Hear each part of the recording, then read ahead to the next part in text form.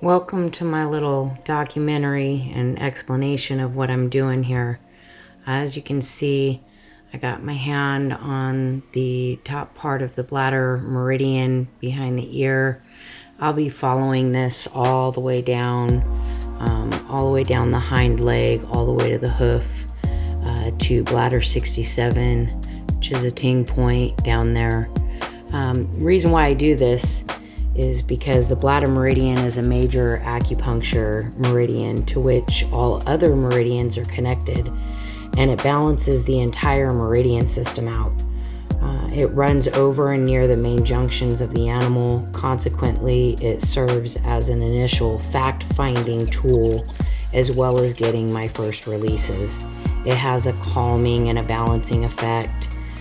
The bladder meridian also provides key to all the acupuncture points on the back. By strengthening the bladder meridian, I'm tonifying not only the bladder, but also every other organ in the animal's body, which is why it helps me determine where there's areas of reactivity and was that over an association point that is linked to another part of the body. So this is why I start with this particular process, that and the fact that it helps calm the animal. The other reason why I do this is to help the horse drop down into the parasympathetic nervous system, or the rest and digest. This operates when the horse feels safe and relaxed. Parasympathetic nervous system slows the heartbeat, increases salivation, allows urination, increases circulation to the intestines and liver, and movement through the digestive tract. When a horse is in the parasympathetic nervous system, he appears relaxed with gut sounds, sighing, blowing, slower breathing, yawning, and just being. Mammals aren't meant to stay in the sympathetic nervous system or parasympathetic nervous system all the time, but both parts have a purpose. One is not bad or good. The body's stress response is designed to get us through brief, intense times of life-threatening risk in life. Stress happens and is not all bad, but a high or constant level of fear and stress block awareness and learning. Ever remember being so frightened you couldn't think straight? Our physical experience changes as our bodies prepare for danger. This is just one of the many benefits of equine massage, as it encourages the horse to fall into that parasympathetic nervous system where healing and balance can occur. Here I am working this client's neck. He has a tendency to be pretty tight in his neck, in his shoulders, and intermittently in his back, which you'll see later that it's pretty extreme. But I'm just working those muscles, trying to get him relaxed. The subclavian muscle right before the shoulder. Interestingly, horses have a shoulder that is not attached to the body via bone, just muscle. So those being loose is extremely important. Here I'm increasing the circulation that goes down the horse's legs and up the legs. It's one of my processes that I do on every horse because it is a harder area for circulation.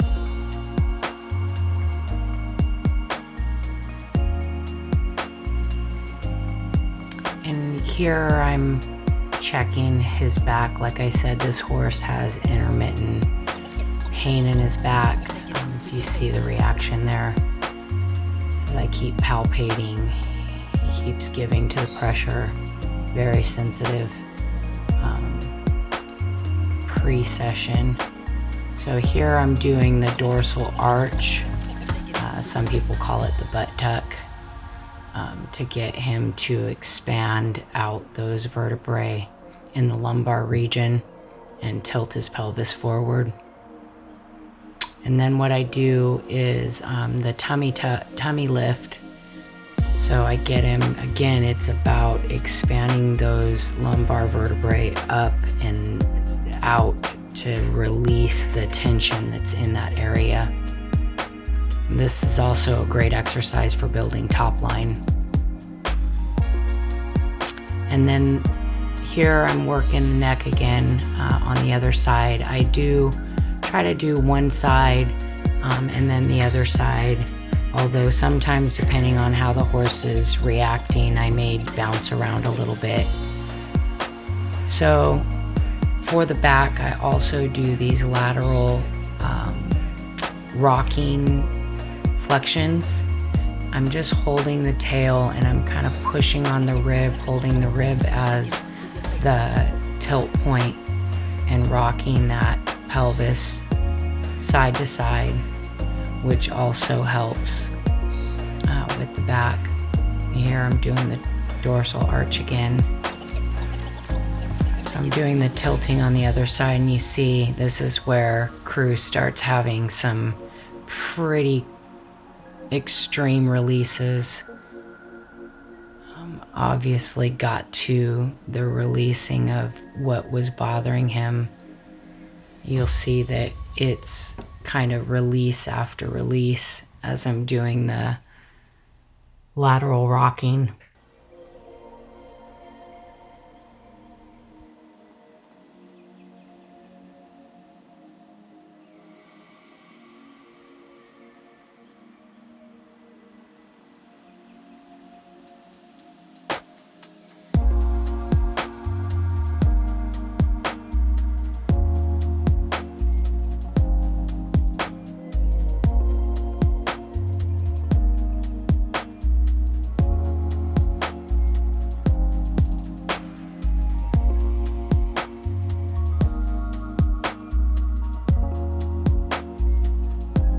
So I go back to palpate the back.